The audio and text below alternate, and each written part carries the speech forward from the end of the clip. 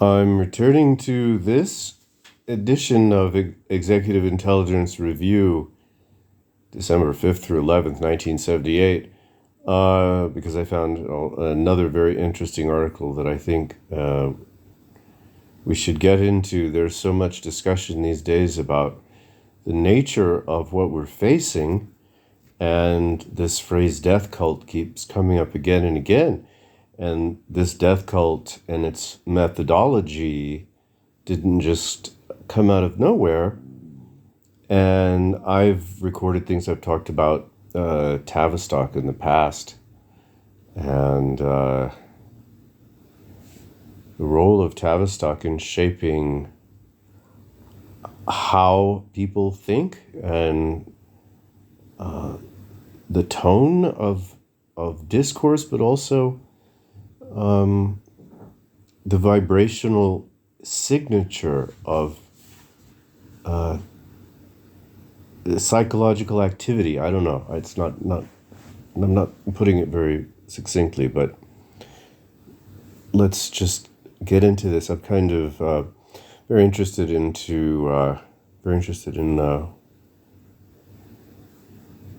what we'll find here.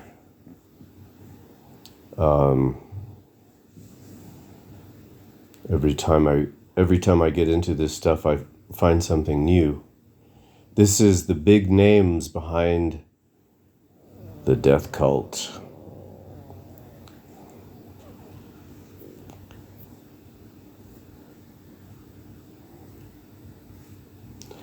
First, a U.S. congressman was gunned down in the jungles of Guyana. Then, over 900 members of the People's Temple of Jim Jones died in a grisly human sacrifice ritual. Then, the mayor and city supervisor of San Francisco, the Jones cult's home base, were assassinated. I remember all this very well, so it has particular meaning for me. I was a teenager at the time, but these events are very much etched in my mind. I remember where I was. I remember the music that was playing when I, especially with the Jim Jones cult. I remember my sister was listening to ELO. I don't know if anyone remembers ELO, Electric Light Orchestra, but that's when I think of Jim Jones, the music instantly comes to mind. Warnings of terrorism by Jones cult members and by former members, new cults threatening suicide and murder were the stories interspersed in all the media amid the increasingly gruesome coverage of every aspect of the Jonestown massacre. Of every aspect?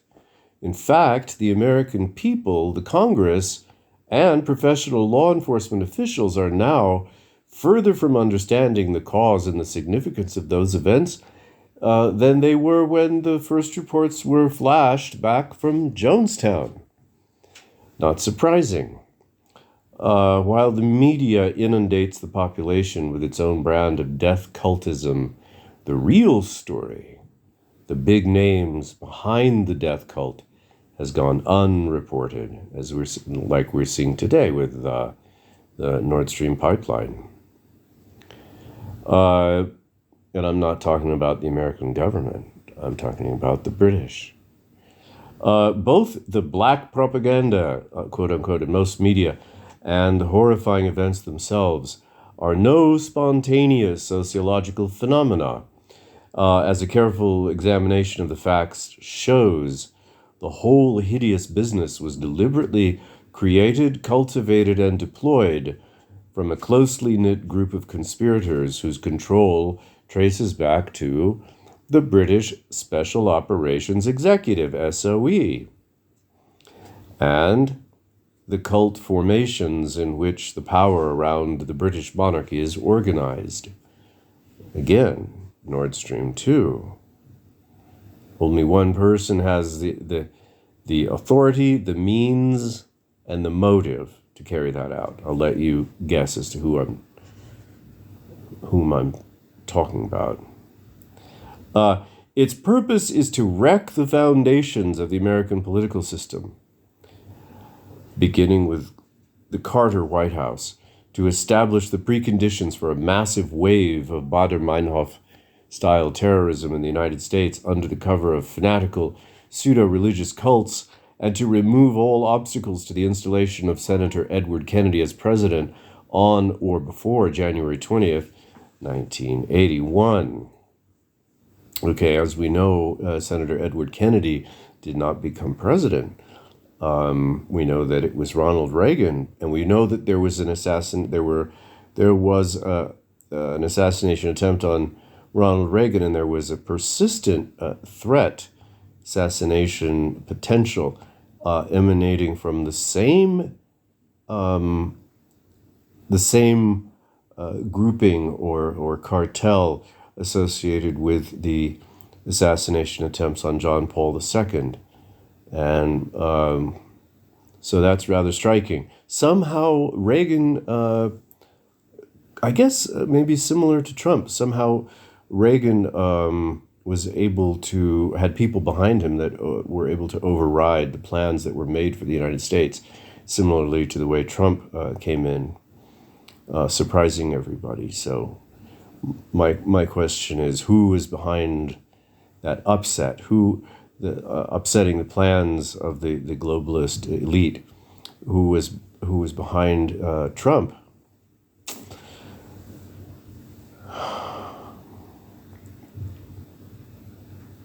There must have been some pretty powerful people behind him. Some mafia for sure, the five families, Gambino, but also Gaetani.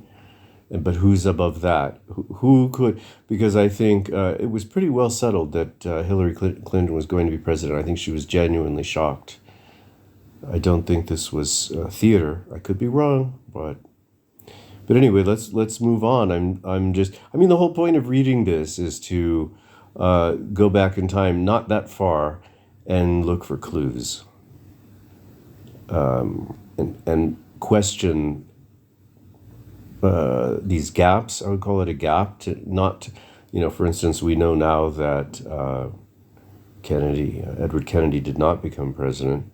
Who is among the most powerful elite who could override this decision, this plot? Sound like Brave New World or 1984? It should. For the People's Temple and the rest of the scenario is all the product of a 40-year-long British intelligence project run into the United States under the case officership of Aldous Huxley, and employing a vast array of individuals and institutions at a cost running into the billions of dollars. The Satanists of London's oligarchy.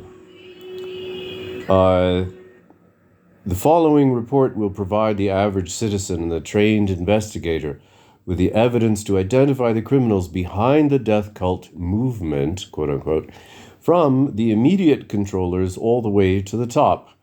Many have familiar names: Ted Kennedy, California Governor Jerry Brown, Health, Education, and Welfare Secretary Joseph Califano, Henry Kissinger, Zbigniew Brzezinski, a long list of private institutions and contaminated government agencies acting as effective centers of SOE subversion in the United States, put years of systematic, coordinated effort into Reverend Jones's little cult, and now they're reaping the payoff. But the mother of this entire network is to be found at the Tavistock Institute in London. In the SOE, Tavistock is under the SOE, the principal sort of agency associated with psychological warfare operations. The SOE, the most secretive branch of British intelligence, and in the British monarchy's official chivalric order, the most venerable military and hospitaller order of St. John of Jerusalem, Knights of Malta.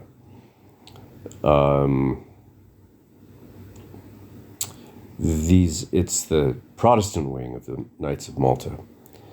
These oligarchists, sharing their devotion to the centuries-old cult of Isis and of its magical feudalist outlook have duplicated themselves in microcosm in the zombies of Reverend Jones and other brainwashed kook groups.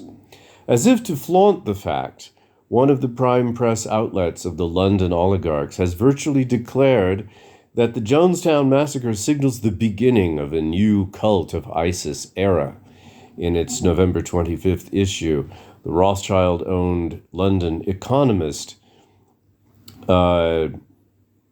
CIA, right, ran an atrocity photo cover from Jonestown with the headline, "Is Satan Dead?" And inside hailed the horrible events in Guyana as manifestation, albeit extreme and therefore distorted, of a new kind of religiosity sweeping the world. See box page 10, we'll do that. There are perhaps worse events to come. They seem to know these things. The Economist predicted and concluded that by the 21st century, it would all lead to coherent new bodies of spiritual belief. Even more horrifying was the comment of one of Jerry Brown's advisors immediately after San Francisco Mayor George Moscone and City Supervisor Harvey Milk, both supporters of Jones, were murdered by a former city official. "Dionysus is loose in California," he said. "That is good news. The bad news is that it's so strange to people that they are afraid." Wow, I don't remember that quote. But yeah, I can imagine that quote coming out of from one of Jerry Brown's advisors completely. Anyway, the immediate effects, the most visible impact of the Jonestown massacre thus far has been to set the Carter administration up for a scandal paling Watergate by far. Having in hand the Guyanese government's public evidence that every prominent member of the British allied Zionist lobby and government, with the significant omission of Ted Kennedy and Jacob Javits, endorsed or supported Jones's operation in Guyana, the executive branch has declared that it will not investigate. Wow. If, as has been threatened, cultists launch a retaliation, Carter could be forced to resign immediately.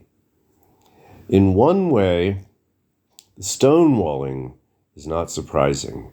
Some in the administration, Califano and Mondale, for example, are up to their necks in the, quote, right to die movement that made the Jones cult possible, and in the vote fraud machine of George Moscone and Jerry Brown, of which Jones was a part. But the real sponsor of this movement, quote unquote, is the man who stands to reap the most immediate political benefit from Carter's downfall, Senator Kennedy, the man who professes to be Carter's biggest supporter, is intending both to pick up the pieces of the Carter administration and to hasten the collapse of the U.S. into the sort of austerity regime typified by the hospice ethic of hustling the sick and the aged into low-cost coffins with the aid of heroin and LSD and other drugs. Wow. So we certainly saw that in the pandemic. We certainly saw old people being treated that way, and we certainly see, controversial to use the term death panels, but we saw a move in that direction under Obama.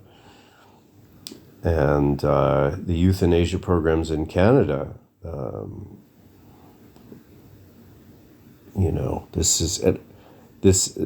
this is very much a lot of these plans, a lot of these things you can see, they have matured, they have ripened. And some of the people, Ted Kennedy, he didn't make it into the White House, but the plans continue. You can see a continuity. Kissinger and Brzezinski's role. The role of Henry Kissinger in the Jonestown atrocity. God, that man is absolutely everywhere. The role of Henry Kissinger in the Jonestown atrocity began with his preparation for Jones's migration to Guyana during his tenure as Secretary of State.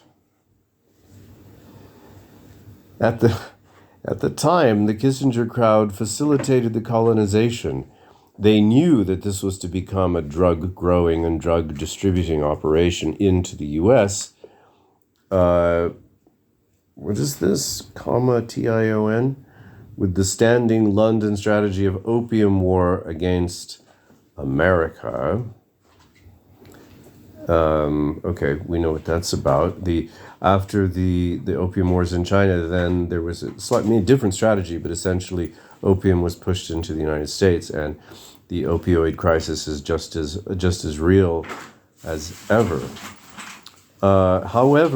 Moreover, getting Jones's cult into the Guyana border region was an integral element of the more general British scenario for preparing the overthrow of Guyanese leader Forbes Burnham. The Kissinger influence continues through current National Security Advisor Zbigniew Brzezinski, who was himself personally responsible for quashing adequate security measures or intelligence on the danger to Congressman Ryan or others going to Jonestown to rescue inhabitants. Now, the Federal Communications Commission has admitted to having in its possession 1 full year's worth of tapes monitoring coded radio transmissions from the People's Temple to the U.S. But the agency responsible for decoding such monitorings and for supervising the FCC is the National Security Agency, run by Zbigniew Brzezinski. The investigative method. The evidence presented in this report is best understood as a set of 4 nested overlays. Each provides a detailed map of one feature of the overall operation and has frequent points of intersection with the other 3. The first overlay is the dossier of Jones and his temple that traces Jones's personal career from his recruitment into the British Fabian-founded Fellowship of Reconciliation to his days as a leading get-out-the-vote fraud poll in the 1976 elections to his drug-running operation in Guyana. Wow, going back to the Fabians again. I mention the Fabians on Facebook, it seems several times a week, and people don't seem to know where Marxism comes from, and communism, and modern leftism. It's astonishing, and nobody seems interested. They're in love with the image of this this kind of scourge that sort of emerged spontaneously out of the ground, and like demons. They don't understand that it comes from the British oligarchy. It comes from the elites. It's a Franklin ideology. And to simply say everyone's a Marxist and Marxism is the enemy is to miss the point, is to overlook the elephant in the room, so to speak. That's the first overlay. The second is the network of private and official agencies that participated in the CIA's MK Ultra, the LSD pilot project that got the counterculture started, and where many of Jim Jones's controllers were first trained in the science of cult creation. Third is the hospice movement. Look at what happened in the UK with midazolam. Midazolam? Is that what it's called? Yeah, the sort of the death drug, the lethal. What is it? Injection? Is it an injection? And it was produced by Roche, the Hoffmann-La-Roche company, which basically is the same thing as Switzerland itself, the same thing as the Swiss government. Roche, Swiss government, same thing. Third is the hospice movement, the right to die goes respectable crowd that brings together Kennedy, the Order of St. John, and the cult philosophy of embracing death. Last is an examination of the California case, where this entire tissue of conspiracy is effectively in place as the government of the state, with the sort of results now making lurid headlines around the world. Let's see, what is this? So I was going to read this. Is Satan Dead? From the London Economist the London Economist. So that would be MI6, right? November 25th. The mass suicide of several hundred members of an obscure American religious cum political sect in a remote corner of Guyana is not just another example of the American tendency to violence, and not just another warning of the madness that lies at the fringes of the cult world. It is also an extreme and therefore distorted manifestation of a much wider change that is happening to the world. The marketplace of religious innovation is one of the last and best examples of free enterprise in the world today. The cults and sects and communities which are looking for new ideas in this field are most numerous in the United States because America is, in this matter too, 20 years ahead of the rest of the world, but they are to be found in Europe, West and East. It is a period of experimentation, and like all such periods, it is disorderly, hopeful, and terrifying. Anything goes. Elements of Christianity mix in with elements of the old Eastern religions and philosophies, half-forgotten fragments of animism and the other dark and of the dark other side of the religious coin are taken up and tried out. Some people attempt to break through the barriers of comprehension with drugs. Others prefer willpower and hard work. Not surprisingly, the first sort, like anyone relying on external aids, is more vulnerable to darker influences than the second, self-controlled sort. It could take until well into the 21st century before all these experiments finally take shape as coherent new bodies of spiritual belief with coherent new institutions to run them. Wow. They really, it reminds me here a little bit of when they say another pandemic is coming. It's inevitable. It will probably be this. It will probably be that. They have these things in the pipeline, and then they can't help trying to seem as though they have the gift of prognostication. And then they trot these things out with this kind of predictive programming and these mouthpieces for Western intelligence agencies. Really, it's too much. If you know anything about their methodology, it's almost shameful. You almost blush when you read this stuff. Let's see, going on. When the wrong force is with you. If things go well, but in times of change and experiment, and especially spiritual change and experiment, many of the experimenters are flawed, troubled, or damaged people. Many of them do not understand the awful power of the forces they are dealing with, and the consequences they unleash can be horrifying. That is inevitable.